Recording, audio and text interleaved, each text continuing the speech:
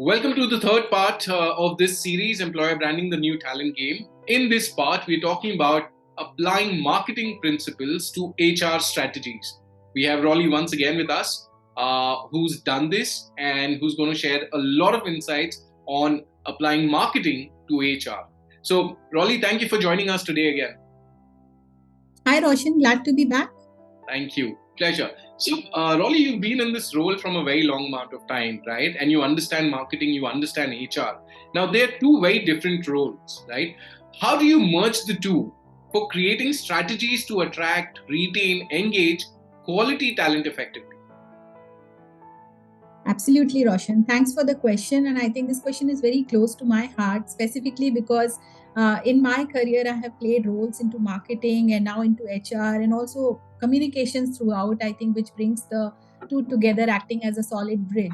And I think marketing obviously plays a very important role when it comes to employer branding because I think marketing folks come with a lot of creative concepts and they have an understanding of the positioning in the market, the kind of channels to be used, and how to creatively put out the content aligned to the brand guidelines and the tone of voice, right from the font colors and icons and images that you're supposed to use, that plays such an important role in consistently putting out the brand face together.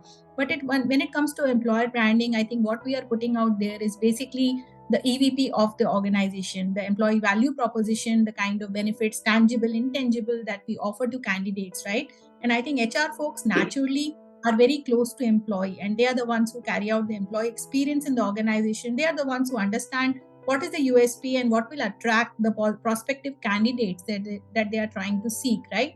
So because they have a plethora of knowledge and resources and access to a lot of organization database that they can help the marketing folks put it out the right messaging and do the campaign to the target audience in the right time. So I think a blend of marketing and is definitely a solid combination because it will help you go with a very solid foothold in the employer branding and making sure that you are putting the right content at the right place at the right time.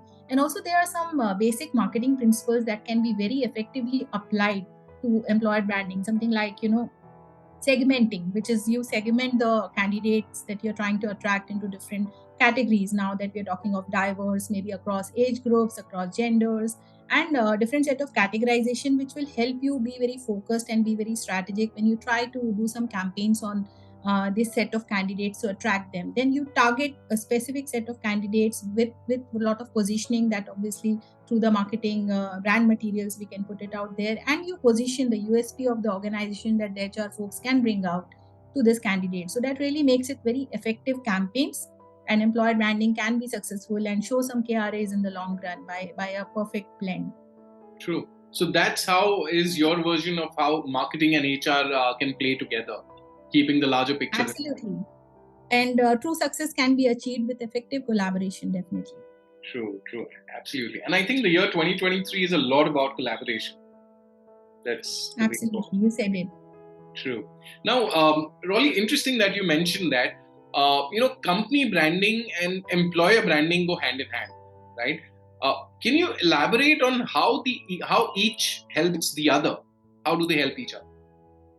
I think definitely company branding and employer branding go hand in hand because company branding is the positioning that you have in the marketplace specific to the footprint of the organization. You know how many customers you have, what problems you're trying to solve, what markets you operate in, who are the key stakeholders, shareholders, and what kind of revenues an organization has, and what kind of products and services are the USP that attracts customer to work with the organization. While talking about employer brand, I think it's more of the humane side of the organization, which positions the company in front of the target candidates, that they are the prospective employees, and also I would say current employees, because this really helps in boosting the pride and perception and the positioning in front of the talent marketplace.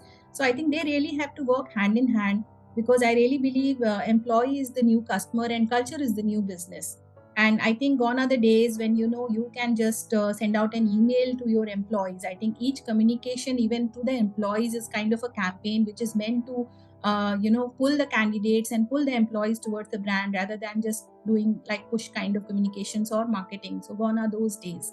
So I think both have to really work hand in hand, because I think customer equally cares these days of how is the culture of the organization. Are the employees happy? Is the workplace taking care? Is it people focused? Because customers also know that employees are the people who are going to serve the business needs. At the same time, I think when I, for an example, looking out for a job, right, I really have to see, is the organization having a solid corporate brand, which is a combination of company brand as well as employer brand, because they should have a strong positioning in the marketplace. At the same time, they have to have great leadership, culture, and people to make you thrive at the workplace and look for long innings with the organization. True, true. Interesting. Now, between the two, what role does technology play? I think another great question, Roshan. I think technology can be really used to enhance the employee experience as well as the candidate relationship management. So I think the kind of tools that we have available for CRM, right? Here, if you replace customer with candidate, I think for keeping the candidates warm throughout their recruitment funnel, to make sure that they look forward to joining the organization, right? I mean, throughout the different levels of the candidate experience journey. So I think this really technology can be used to keep the candidates warm, because by automating of workflows, which means you really reduce the time effort by automating a lot of stuff. And this way you can really help close the funnel by making lot of offered candidates and end up hiring for the organization. So I think this is really important technology. And these days you have a lot of great tools like Workday, which not only helps keep the HR systems internally, but at the same time they help to position the current openings out to the market by doing a campaign and doing the push kind of workflows, where you can reach out to the candidates that you're trying to attract. It can also help on a broader sense by maintaining a talent community, and also, as we spoke about, hire to retire, right, even maintaining Right. alumni relations, because there's a lot of database that needs to be maintained, and they need to be sent out emails at the right time whenever there's a great change in happening. So not only when you are looking forward for people to join the organization, but at the same time making them aware of the brand, and at the time when they're looking up for change, they have warmed up to the brand, and that will be in their consideration to join that company. True. Interesting. Now, Rolly, you mentioned so much about how marketing and HR are coming together, employer branding and company branding and technology. A question arises: is that so much of effort is going in putting these policies together. How does one sustain that consistency? And what are the areas that you think they can break the chain of consistency? Another great question, Roshan, I would say, because I think consistency, I've spoken earlier, it's really important when it comes to, being there at the right time, at the right place. And I think there are a lot of points that we need to really focus on to maintain the consistency. One is obviously building a content repository across various formats. So it can be long form of content, short form, the video marketing that we talk about, like the podcast or the webinars we are having now, different kinds of blogs. These days blogs are also lot in vogue.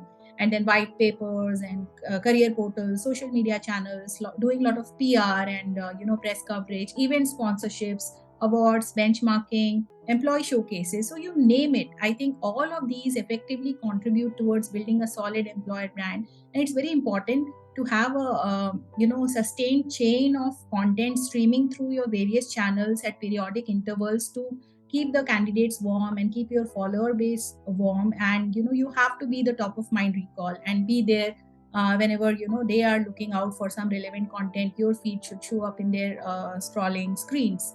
And I think content marketing strategy also plays a very big role in maintaining this consistency, because I think we can really look at creatively leveraging lot of content from the repository by repackaging, repurposing, and putting out in long and short forms in various channels. And I think even we can look at incentivizing some of the reviews for candidates, especially like we know that Glassdoor is such a popular platform because people really go after authentic employee feedback rather than what the organization and HR folks are telling about the culture of the workplace.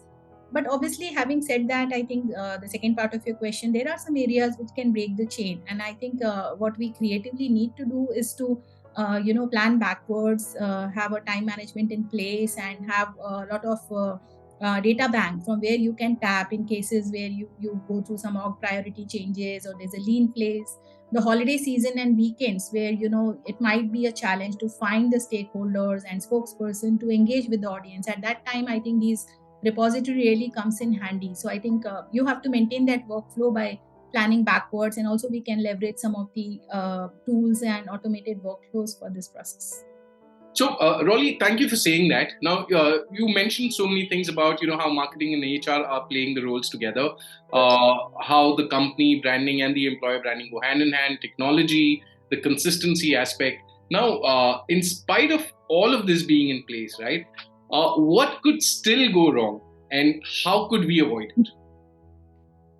Amazing question that you have asked, Roshan. The last one in this series, right? In this Yes. part, I would say that this is every communications and branding professional nightmare that can keep us up at night, right? Especially when it comes to important launches and campaigns and all of that. Because I think to answer specifically what can go wrong, I think the list is endless. Because I think we have jitters every time. Even now, I think when we have to hit the send button for any email communication, or the post button when it comes to social media, or now of the internal Slack channels that we have, right?